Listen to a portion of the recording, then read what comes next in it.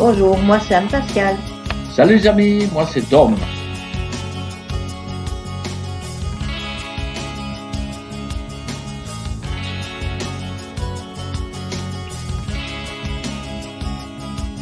Le regard des autres.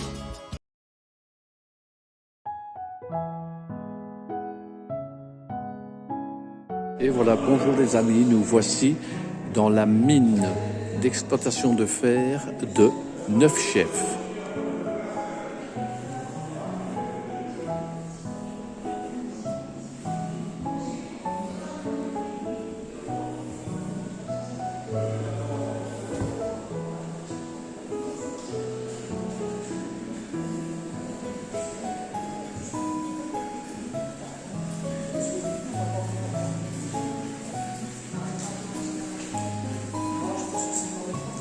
Je ne sais pas si je vais savoir le filmer, mais voici une petite vidéo du fonctionnement de cette machine.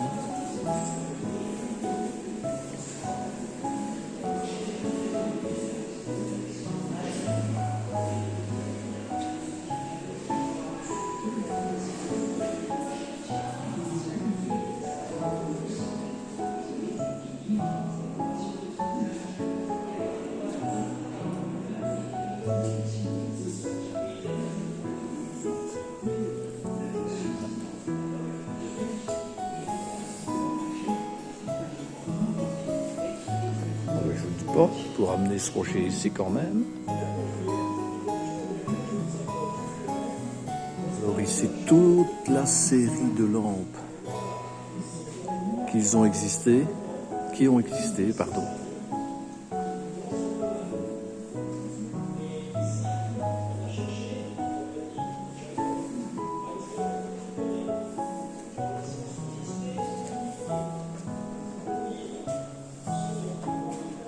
Comme d'habitude, vous ferez pause. Je vais vous le filmer là.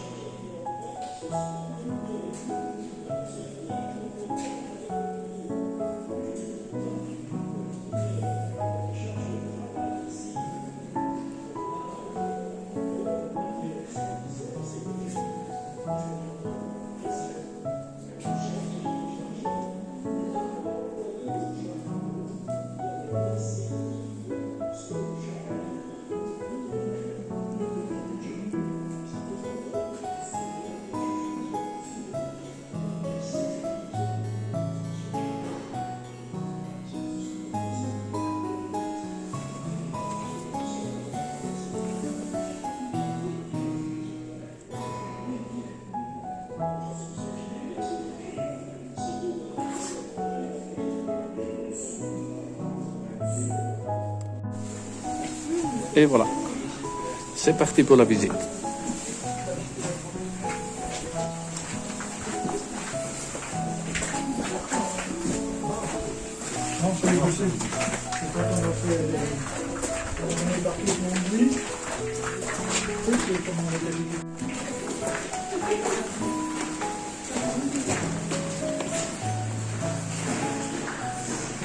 Ah mais vous êtes là aussi vous deux.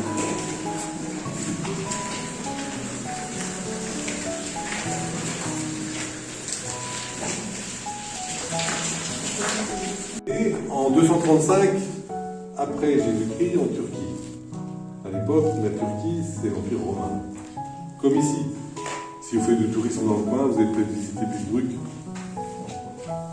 Pittsburgh, c'est entre ici et Sarreguemines. Et c'est un camp romain. Une maison romaine entre l'Allemagne et la France. C'est la même époque que celle dont je parle. Presque quelques dizaines d'années.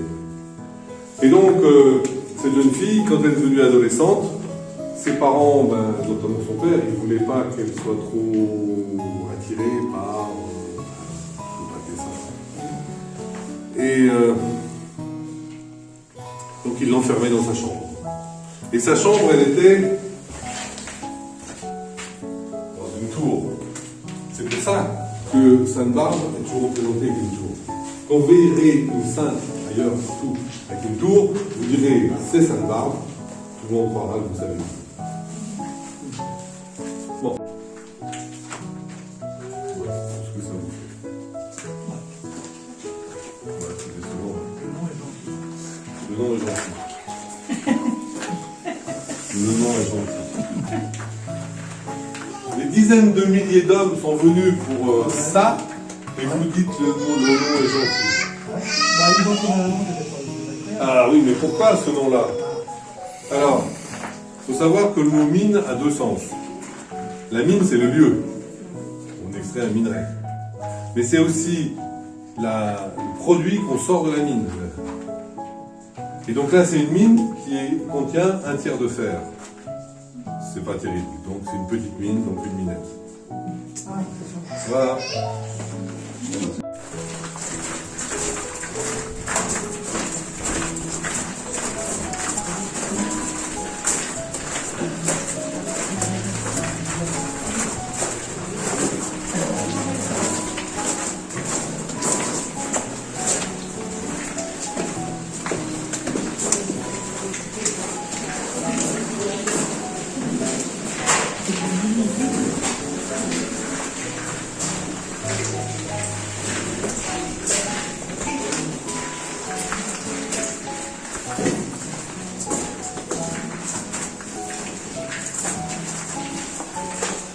Je crois que l'eau revient.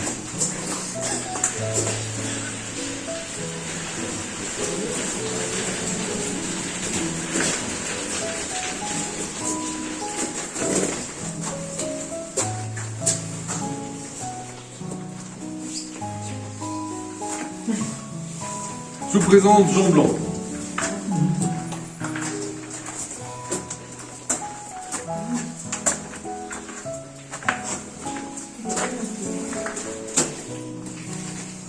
Si vous mettez si loin, je ne vais pas faire chaque fois aller-retour. Hein. Ah non. Alors vous connaissez ce jeune homme, qui a son uniforme. C'est le chat.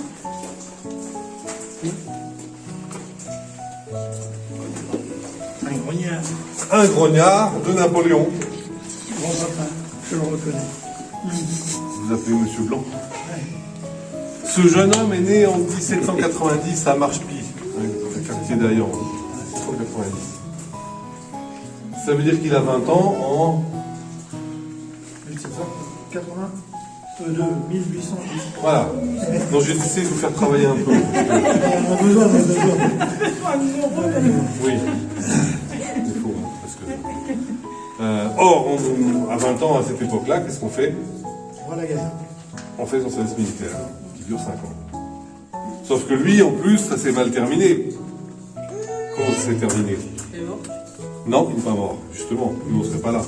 1810. On est dans les guerres napoléoniennes. Il a été en Russie. Oui. Mais c'est pas là que ça s'est terminé. Ça s'est terminé où? Napoléon, premier. Il a fini à Sainte-Hélène. Waterloo. Et c'était quand, Waterloo?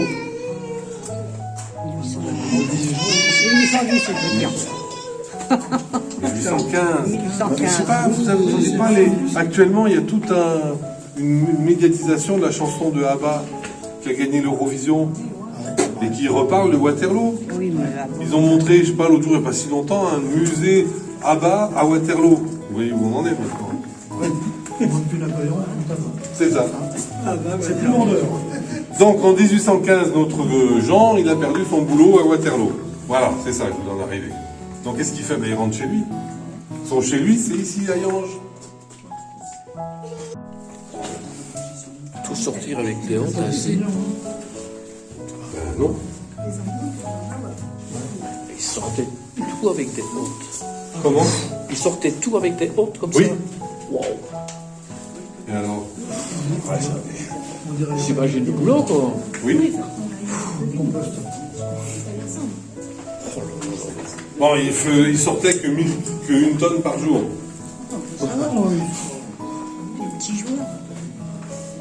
Dans une hotte de 45 kilos.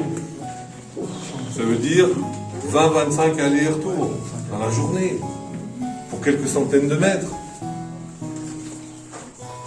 Ils arrivaient à faire quelques centaines de mètres par jour. Ah non. Je me disais aussi trajet que... d'ici à la oui, sortie. oui. Donc par jour, il faisait 20 cm. Wow. Ça veut dire que dans la semaine, il faisait en gros 1 mètre, 1 mètre 20. Ça veut dire que dans l'année, il creusait de 50-60 mètres.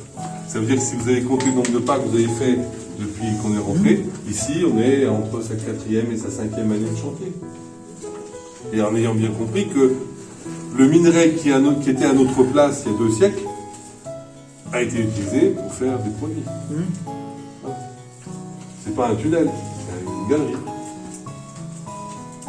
Le tunnel, c'est pour aller d'un endroit A à un endroit B. Là, c'est pas pour aller à un endroit B, c'est pour enlever ce qu'il y a. La bougie, Oui. il s'éclairait. Oui, mais il s'éclairait avec ça pour travailler. Oui. Et puis attendez, la bougie, il n'en met pas beaucoup, parce que s'il en met trop, ça lui coûte trop cher. N'oubliez pas qu'il y a un côté économique. S'il fait ça, c'est pour gagner de l'argent. S'il dépense tout son argent en mettant 50 bougies et puis en payant dizaines pour qu'il n'ait plus rien à faire, il ne va pas vivre. Ce tunnel devait coûter cher à cette époque-là. C'était artisanal, non? Il y avait une grosse production. Pas sûr. C'est pas la bougie qui devait coûter plus cher.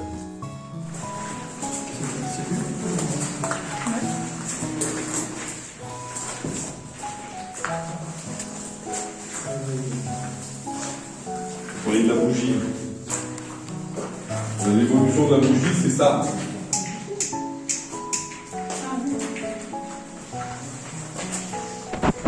On voit beaucoup mieux, hein? Non? De l'huile. Mais l'huile de quoi?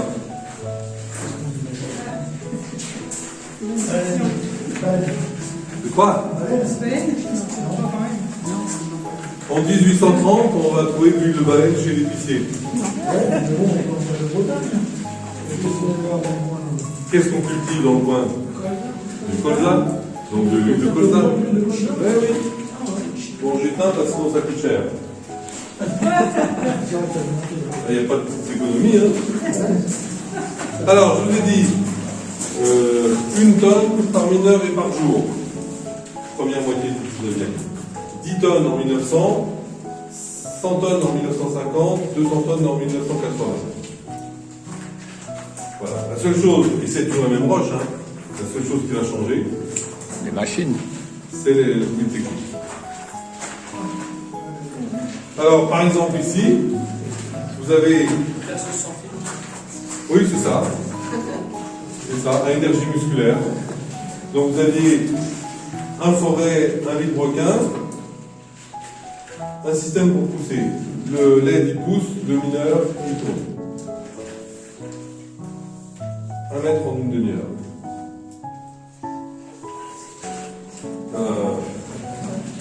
Alors, autre progrès technique, ça va être l'arrivée de la poudre noire. Les premiers mineurs qui vont utiliser la poudre noire, en fait, ils vont l'acheter chez l'épicier du coin. L'épicier, ils vont l'acheter.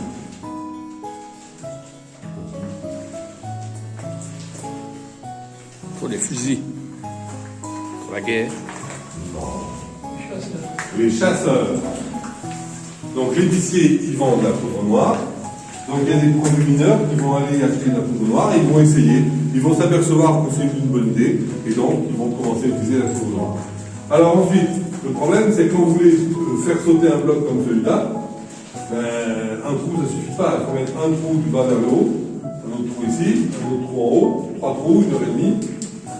Vous mettez des papillotes de poudre au fond, vous mettez de la mèche lente, qui était vendue à 1 mètre pour 1 minute. Donc si vous courriez vite, vous pouvez mettre des mèches courtes, mais c'est pour faire calabri. Hein. Si vous courriez pas vite, il fallait payer. En fait, il faut pas vite. Donc vous mettez les 3 mèches, vous mettez les 3 papillotes de poudre, vous bouchez les 3 trous, vous allumez les 3 mèches et vous allez mettre la mèche. Ça vous va? Comment? On peut se croiser là au bout du silence. Oui, alors? Non, mais C'est un musée. C'est une galerie qui était transformée en musée. Donc il y a des petites choses qui ne sont pas forcément à la place de réalité. Mais quand même. Hein. Alors, vous connaissez là, c'est marqué en plus une écurie. Donc dans l'écurie, on y met des... De quoi? Comment ça?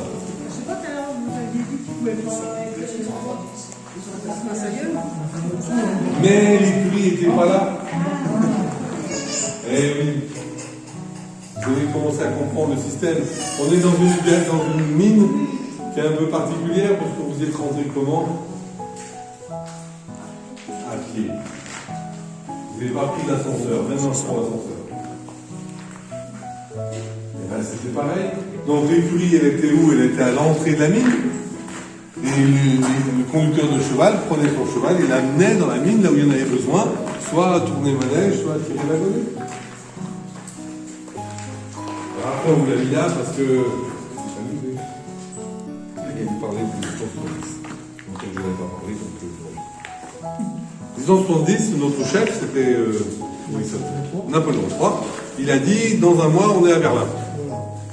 Puis l'armée française, top, c'est bon. Et une fois des comptes, un mois après, il était prisonnier, lui, à Berlin. Enfin, à Berlin. On avait perdu la guerre. Et donc, quand on perd la guerre, on discute de la frontière. C'est intéressant cette frontière de 1870. Alors il y avait un problème dans cette frontière et on a été surtout cette frontière. Il y a des Belfortins ici. Non. Vous connaissez Belfort? Alors, vous évoquez quoi? Le lion. Et ben, c'est un peu ça. Parce qu'à Belfort, il y avait un colonel qui a résisté aux Prussiens et qui s'appelait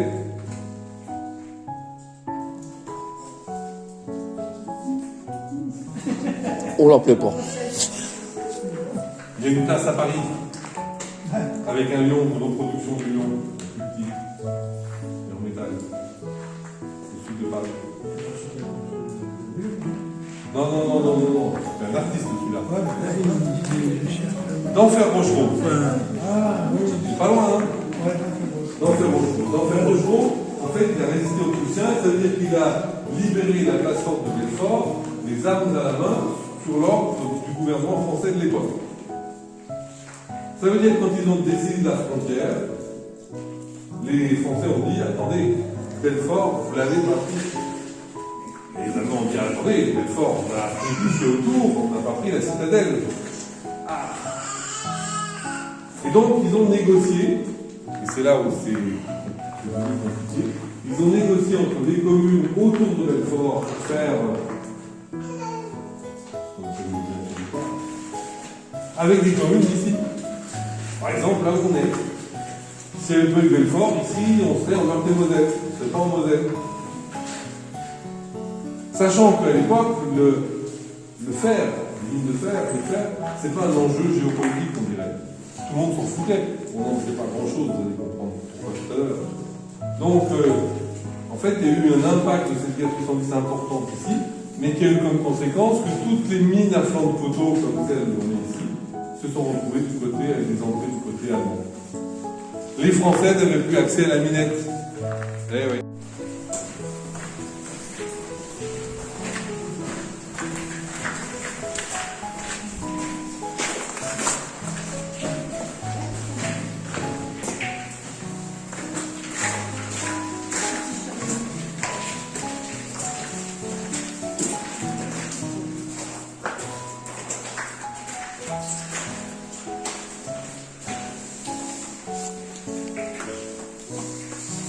Donc vous avez compris qu'avec ce mur-là, on fait de la fonte.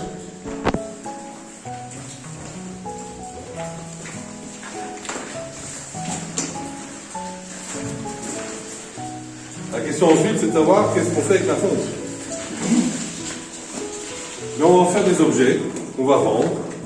Alors ces objets en fonte, ça va être quoi? Ben, ça va être tout ce qui tourne autour de la chaleur. Sac de cheminée, fer à repasser, cocotte. Ça, c'est des objets en fonte. Ça va être des produits qu'on coule, comme par exemple des croix de cimetière. Ça va être des tubes aussi. Balcon.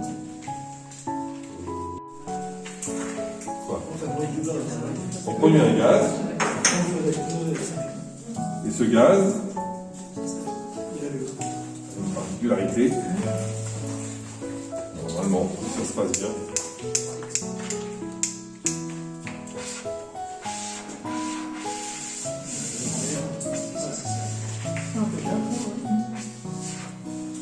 j'ai mis trop d'eau. Attends, c'est l'acétylène. Voilà. Et vous avez la lampe acétylène. Alors, si on remplit les deux, on peut tenir un peu plus de 4 heures. Ça fait un bout à bout dedans. On règle, oui. Ça peut faire un bout à bout. Et au bout de 4 heures, on fait le casse-croûte, on remplit les deux et on fait les 4 heures suivantes. Donc le poste de 8 heures. Ça va être utilisé entre 1900 et 1950.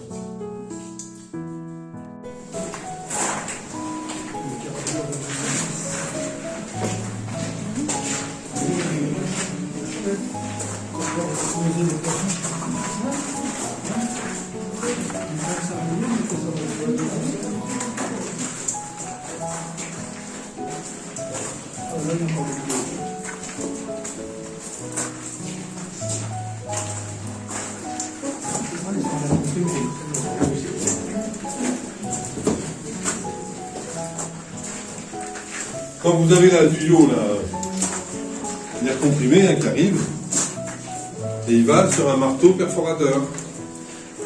Il aurait pu aller sur un marteau piqueur. On va augmenter les rendements de 25%. Je vous rappelle, tout à l'heure, qu'on arrivait à 10 tonnes par mineur et par jour. C'est un peu lié à ça. Autre évolution technique de cette époque-là, c'est ce que vous avez là.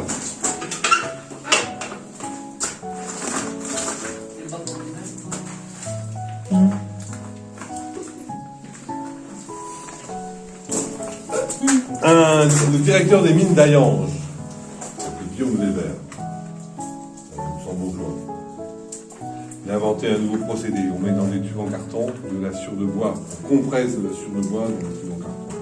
On fait une sorte d'éponge. Cette éponge, on va la tremper dans des bouteilles thermos avec de l'oxygène liquide à moins 183 degrés. Il n'y en a plus, hein. Non, mais on sait jamais. On va mettre ces cartouches à oxygène liquide dans des trous avec la mèche lente. Quand on allume la mèche, on va provoquer la combustion du bois par l'oxygène. Ça va dégager beaucoup de gaz d'un coup qui va faire péter la roche. C'est plus puissant, c'est moins cher, c'est pas toxique. L'idéal, non, on va l'utiliser pendant 50 ans. C'est en 1929 qu'il y a le plus de mineurs, 34 000. Là, c'est la première machine à charger le minerai. Vous poussez la machine dans le tas de minerai. C'est air comprimé, c'est sur rail. Vous faites basculer le godet dans le wagon qui est derrière. Vous remplissez plus vite les plus gros wagons. Mais ça veut dire que tout ce qu'il faisait avant, tous les wagons chargés avant étaient chargés à la main. Imaginez l'état des mains.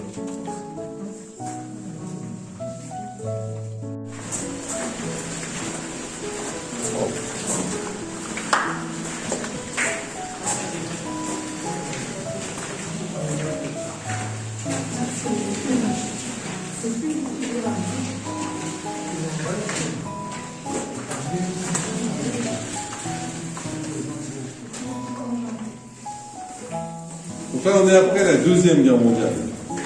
Alors, quelques exemples d'évolution. La première que je peux vous montrer, c'est celle-là. Vous prenez une barre de ferraille de 2 mètres, 1,82 m, vous faites une fente au sommet, vous enfoncez à la coin. D'accord? Ensuite, vous faites un trou dans le plafond, de 2 mètres, vous enfoncez la tige, vous donnez quelques coups de marteau en dessous, dessous. Ça va écarter les deux côtés ici. Et après, vous mettez une plaque de métal et un égout. En fait, vous serrez les 2 mètres de roche au-dessus de l'eau. Vous fixez le toit par le toit. Vous faites une sorte de linteau artificiel. Et ça tient parce que vous en avez partout. Tous les mètres carrés, il y en a un. Et donc, il y a des boulonneurs spécialisés qui faisaient ça, qui en ont placé dans les années 50, 60, 3, 4, 5 millions par an. Ça permet d'avoir de l'espace. Il n'y a plus de bois. Alors ensuite, autre évolution technique. Je vous ai parlé tout à l'heure de la mèche tente. La mèche tente a un énorme défaut, c'est qu'on ne pouvait pas tirer 4 ou 5 coups avec la mèche tente. C'est la limite. Donc il faut attendre la Deuxième Guerre mondiale avec les armées qui vont mettre au point des techniques, en particulier la technique des détonateurs. Donc là, vous avez au fond là un front de taille où on peut faire 25 trous. Donc le responsable des tirs, il arrive à un front de taille avec un peu de peinture et puis il va mettre 25 taches blanches pour indiquer aux mecs qui sont les foreurs où faire les trous. Et sans dessus.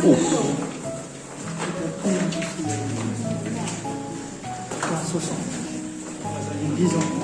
Un autre jumbo. Ah, ça y est, on est à l'apogée là. Là, c'est le coin le mieux du musée, parce que c'est l'époque où il y a du travail pour tout le monde. Il y a de l'argent pour tout le monde, on construit des salles des fêtes, des stades. Ouais. Cette machine-là, vous avez vu, elle est sur pneu, il y a besoin de rails. Il n'y a plus qu'un mineur au lieu de deux. C'est même plus c'est italien ou polonais, on va dire. Les deux, c'est peut-être le fils d'un polonais et d'une italienne, ou l'inverse. Des forêts de 3,50 m, de l'hydraulique ou du pneumatique. Ils étaient capables de faire 40 trous en 20 minutes avec cet engin-là. On est loin de la demi-heure pour faire un truc. Bon, sauf que cette machine a un petit défaut. Enfin, un petit défaut. On va dire ça comme ça aujourd'hui. Le petit défaut, il est là.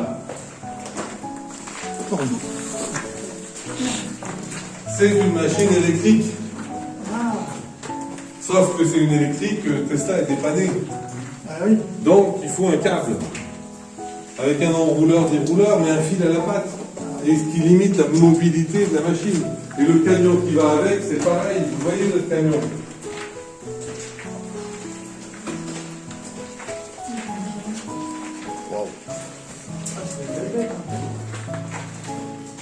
Et c'est surtout une bête qui est adaptée à un travail souterrain, avec des contraintes de l'espace. Vous avez là une benne qui est en fait un tapis roulant. Donc il n'y a pas besoin de la soulever pour l'aider, pour remplir. Et puis vous remarquez que le mineur, il a 2 sièges pour s'asseoir. Ouais, un dans un sens, Un pour l'aller, l'autre pour le retour. On fait plus de demi-tour, vous vous rendez compte?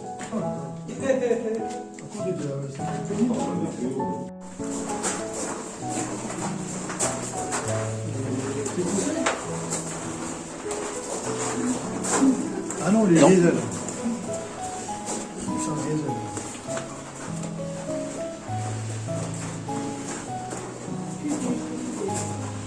Alors qu'est-ce qui a foiré pour qu'il n'y ait plus rien maintenant, quoi? C'est bien la question, non? Ah, le prix, ça monte. Je vous ai dit c'était l'apogée là-bas. Si apogée, ça veut dire qu'après, ça casse la figure. Alors pourquoi ça s'est cassé la figure? Alors il faut comprendre que une des conséquences majeures de la Seconde Guerre mondiale, c'est la mondialisation. Le monde est devenu mondial. Donc on s'est mis à produire du fer, à trouver des mines ailleurs. Et on voit arriver à Rotterdam du minerai provenant du Brésil. Les gens d'ici disent on va essayer, ils essayent d'en faire au fourneau.